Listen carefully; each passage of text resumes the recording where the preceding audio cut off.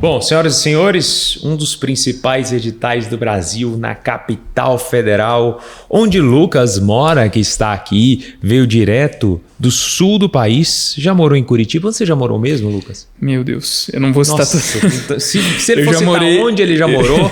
Rio Grande do Sul, Santa Catarina e Paraná, vamos deixar assim. Vamos deixar só os estados, né? E agora a capital federal, Brasil, controlando ali tudo do lado do presidente. Mas vamos lá, pessoal, seguinte, vamos falar do CESDF.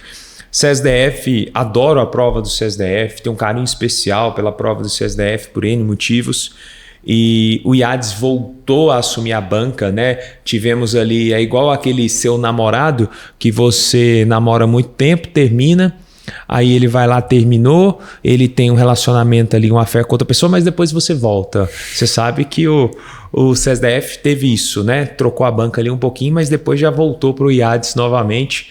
Mas nós vamos falar de algumas polêmicas desse edital do CESDF. Nós, inclusive, estamos tentando e trabalhando muito para alterar algumas coisas, conseguimos vencer alguns editais. Aqui está a linha dura, mas a gente está fazendo a nossa parte. Mas vamos lá, Lucas, fale aí um pouquinho sobre as mudanças do edital do CESDF de 2024/25. Bora, pessoal, sejam bem-vindos. Vamos falar sobre informações gerais, o que mudou do edital do ano passado para esse ano, informações tanto da primeira fase quanto da segunda fase. Informações gerais e inscrições já... Na verdade, vão abrir amanhã, olha só, Pedro, 7/11 até 25 de novembro. Taxa de inscrição de R$ 134,50. A banca é o IADES, IADES, e quantidade de vagas em instituições. Temos 34 instituições, cerca de 534 vagas, tanto de R1 quanto de R+. É muita vaga. E quanto que essa pessoa que está assistindo, quantas vagas ela precisa, Lucas? Ela precisa de uma única. Só uma? Exatamente. Então, 500, você tem 500 possibilidades. A data da prova vai ser no dia 21/12, já deixa anotado, duração da prova de 4 horas. Etapas. Primeira fase, prova objetiva de múltipla escolha, ABCD, com 100 questões. Já a etapa 2 é de análise curricular. E olha que interessante, ele coloca que a nota máxima possível para o processo seletivo é de 110 pontos, sendo 100 da prova objetiva e 10 da avaliação de currículo. Isso. Ou seja, a avaliação do currículo não representa 10%. Excelente, ela vale 9% da prova. Exatamente. Então, esse é um erro que muitos sites colocam, né, Pedro? O pessoal me mandou já print. Lucas, cursinho tal, colocou que vale 10%. Não, é 10 pontos de 110, isso. É 9 ponto alguma coisa por cento. Isso. Então, a segunda fase vai ser definida pela escolha da Coreme, enfim, isso aí é responsabilidade deles, e a convocação para a segunda fase do processo seletivo vai ser no dia 26/1 e escolha da instituição de 27/1 a 28/1. Tem essa coisa da escolha de instituição, né? Uhum. Ok? Recursos 22 a 23/12 contra o gabarito preliminar e o resultado final no dia 30 de janeiro para você já ir comemorar com a gente no IPM Day. Que dia que vai ser o IPM Day, Pedro? Dia 8 de fevereiro, lembrando que o IPM Day, nós vamos ter pessoas muito importantes lá. Cara, Lucas, vou te contar, eu fechei uma palestra esse final de semana. A melhor de todas, não vou falar não, mas é uma palestra que a pessoa vai sair de lá você vai ter que me contar, Pedro. Com um tapa na cara de achar que não é capaz. Vou te explicar isso, bate muito nesse edital aqui. Mas o IPMD é dia 8 de fevereiro. Você que não é nosso aluno, infelizmente você não pode participar. Pedro, mas eu tenho R$1 milhão para participar. Não pode. O IPMD é um evento exclusivo para os nossos alunos, para os seus convidados. Qual que é a única forma que você que não é nosso aluno ser convidado? Através de um outro aluno nosso. Porque cada aluno nosso tem direito de um convidado. Beleza? É isso, continue.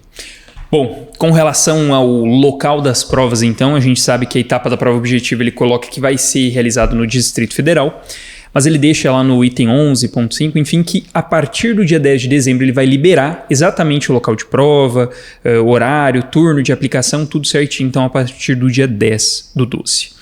Agora, com relação às diferenças dos editais, temos diferenças importantes, né, Pedro? Importantíssimas. Primeiro, taxa de inscrição reduziu, era 149. Foi a única, eu acho, que a gente gravou que reduziu, né? Exatamente, a maioria manteve. O pessoal percebeu, nós estamos ficando ricos demais, então vamos dar uma diminuída. Passou a 134,50. E agora, reserva de vagas. Isso aqui teve bastante discussão, deu bastante briga com relação ao aumento da reserva de vagas para candidatos com deficiência e PPI, que é pretos, pardos e indígenas. Antes, ele colocava de acordo com alguns intervalos.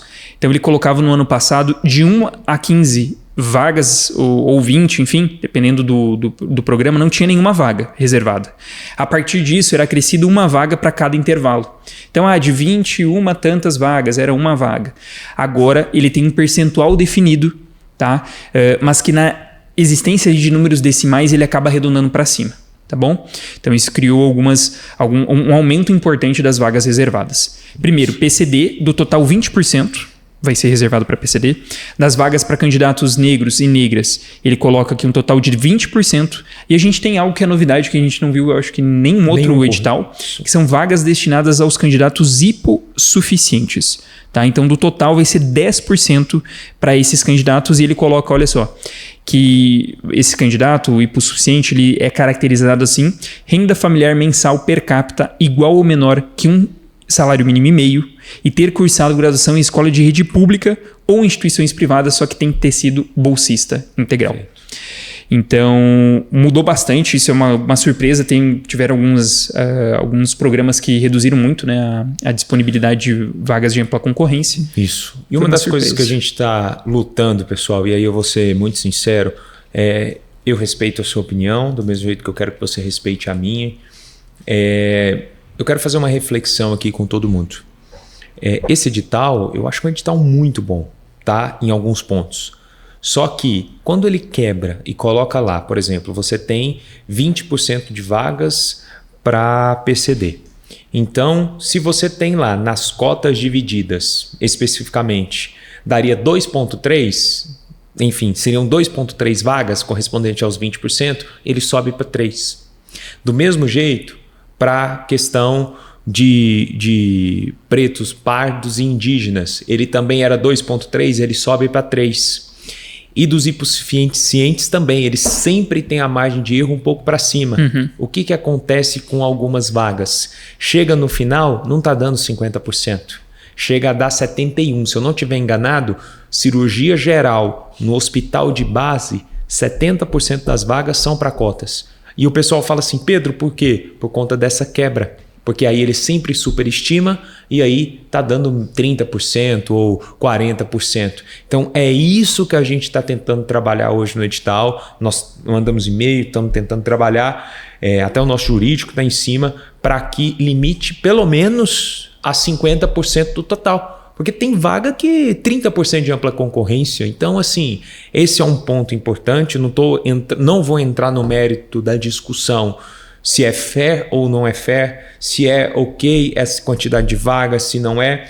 Mas, assim, é uma tendência, é uma coisa que, enfim, cada um tem a sua opinião. A vida tem muito do princípio da semiótica. Vou até tirar o meu óculos, porque cada um enxerga o mundo com a sua própria lente. Cada um tem argumentos que são argumentos muito bons de ambos os lados, mas nós não estamos aqui para defender ideologias, nós estamos aqui para reclamar. Nós entramos com isso e estamos lutando para não ter essa quantidade de vagas desse tanto, porque tem especialidades que mais de 70% ou 70% são destinados a isso.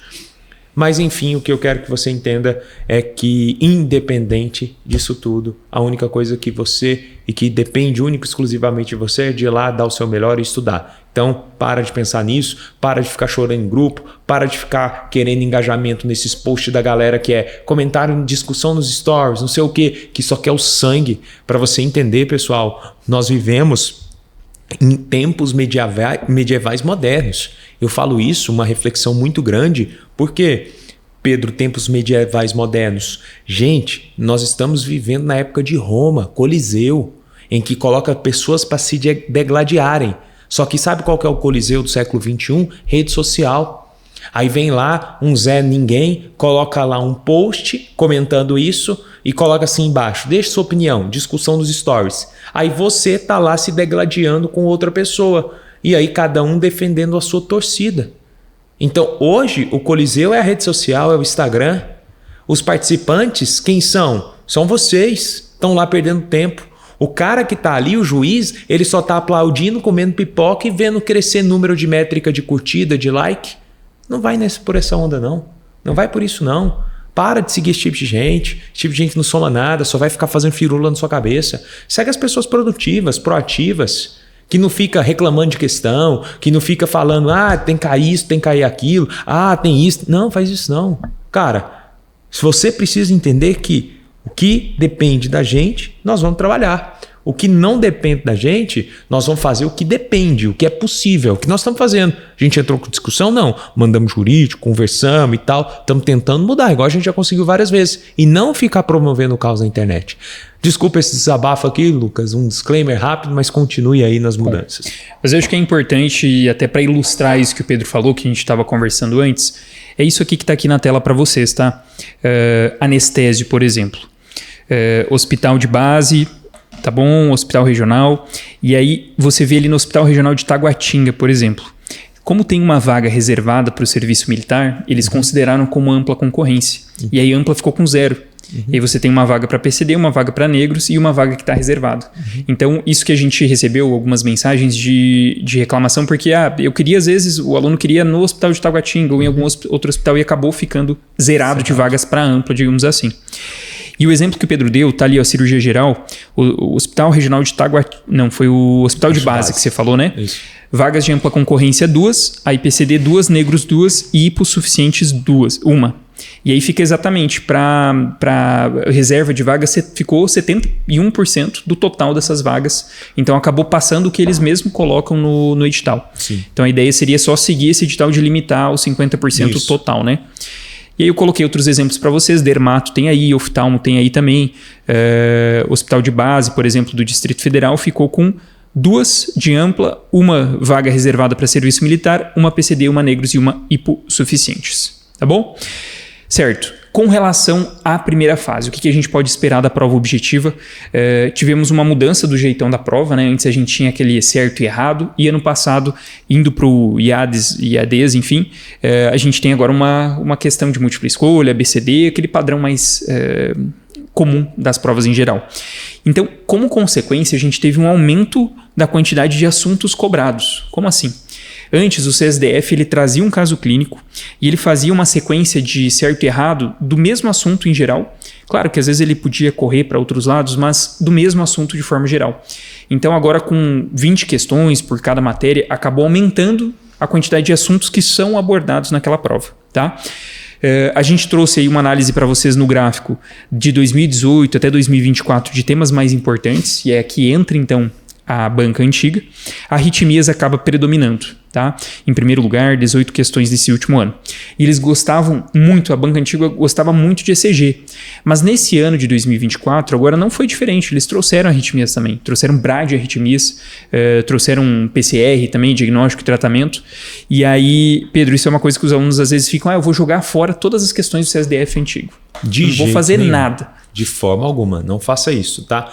Porque muitas das pessoas são as mesmas que fazem a prova. Pessoas da própria Secretaria de Saúde do Distrito Federal, pessoas da FEPEX. Então, assim, mudou o estilo de prova. Você sabe a diferença de estilo, né, Lucas? E padrão. O que é estilo de prova? Estilo saiu de VOF e entrou para múltipla escolha ABCD. Isso é estilo, mudou. Agora, o padrão de temas do que mais cai, de estatística, não mudou. Então, o que eu sugiro? Faça todas as provas dos anos anteriores normal, pelo menos os últimos 5 do CSDF, independente se é verdadeiro ou falso ABCD, mas eu também sugiro que você faça também algumas provas da mesma banca, como, por exemplo, Secretaria Municipal de Saúde Suzinho, de São Paulo, o famoso SUSinho, que era feito há alguns anos pelo IADS. Show. Então, galera, cirurgia foi isso que a gente conversou até em muitas oportunidades. Top 3 temas: atendimento inicial politraumatizado, abdômen agudo inflamatório e em terceiro, hérnias. E a gente falava para vocês, olha, no CSDF era muito importante, a parte de hérnias estava no top 3 temas. E adivinha, no CSDF em 2024, ano passado, eles cobraram 4 questões de hérnias, tá? Triângulo de Hesselbach, cobraram hérnia de Spiegel, cobraram abdômen agudo obstrutivo por hérnia femoral, cobraram também hérnia rafia convencional, enfim. Então é isso, não rasgue as provas antigas do CSDF. Na parte da GO, temas principais, vulvaginites disparado na frente como tema mais importante, seguido por sangramentos da primeira metade, colo uterino. E se tem um assunto que está quente para esse próximo ano agora, a gente coloca aqui para você como amenorreia primária. Isso aqui é uma coisa importante para você não deixar de estudar no CESDF. Já em pediatria, adivinha, crescimento e desenvolvimento disparado seguido por infecções das vias aéreas inferiores. Isso a gente falava para vocês também, olha, eles gostam muito dessa parte de infecções de síndromes respiratórias, tá? E, dito e feito, ano passado caíram 2 questões de diagnóstico e tratamento de bronquiolite viral aguda.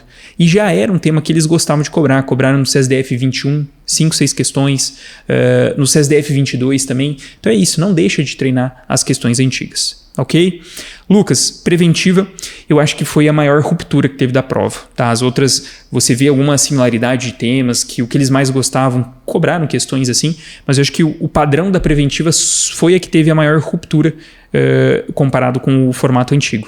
De 2018 a 2023, era muito focado na medicina de família, tá? Muita atenção básica, contextos clínicos na APS. Agora, 2024 foi uma prova mais raiz de preventiva, tá?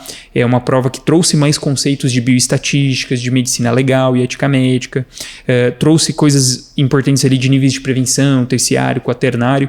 E antes, de 2018 a 2023, era muito mais isso, um pouquinho de clínico, um pouquinho de pediatria, de GO, temas no contexto da APS. Acho que essa foi a maior mudança que a gente teve. E eu sei que às vezes você quer olhar com detalhes todas as estatísticas aqui, fica tranquilo que a gente vai deixar para você no final um presente, tá bom? Pedro, essa então é a primeira fase, a parte objetiva. Com relação à segunda fase, o que eles podem esperar? Bom, segunda fase, padrão do CESDF, tá? Uma análise curricular muito detalhada.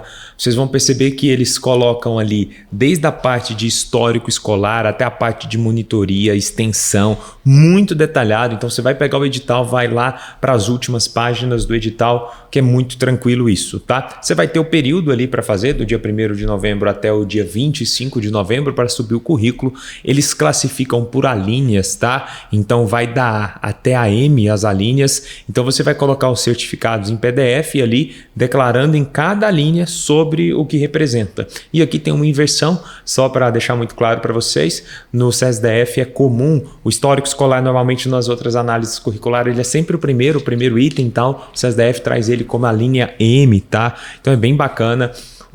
A média do currículo do ano passado foi em torno de 4 pontos do CESDF, então eles são muito rígidos com isso, tá? Então o currículo no CESDF ele faz muita diferença, porque apesar de serem muitas vagas, esse ano vai fazer mais diferença ainda, porque a quantidade de vagas reduziu. Então não fique estressado com concorrência, com ponto de corte. Se a gente for analisar essa quantidade de vagas especificamente por cotas, por hipossuficiência e por portador de necessidades especiais, enfim, de 50%, vamos usar esse número, a gente teve uma queda geral da ampla concorrência. Então, só por essa análise específica, o ponto de corte deve crescer. Então, o currículo é um fator estritamente determinante na sua aprovação. Então, faça com carinho, veja o que dá para você subir. E não se esqueça que, uma coisa importante, um dos pilares da nossa mentoria é a análise curricular. A gente, dentro da mentoria, e fica o convite, vou deixar aqui embaixo para você se inscrever no nosso processo seletivo, um dos principais pilares, a gente faz uma análise do aluno 360. A gente quer que você tenha um currículo muito competitivo, nós vamos atrás do que está faltando, a gente quer que você tenha um nível de estudo muito bom, porque não adianta nada você ter um currículo bom se você não faz pontuação na hora da prova, e a gente também vai atrás de outros aspectos para não deixar você na mão. Beleza? Basicamente é isso, análise curricular muito bem detalhada e bem descrita. Não se esqueça de deixar o seu like aqui, de curtir, de se inscrever no nosso canal, e o Lucas deixou um presente aí para você. Isso aí, confere na descrição do vídeo, tem um material para vocês acessarem essas estatísticas, para conseguir nessa reta final ter um direcionamento melhor. Qualquer dúvida, estamos à disposição. Fala, people. Bons estudos. Fala, people. E é isso. Grande abraço. Até a próxima. Até mais. Fiquem com Deus. Um abraço e até a próxima.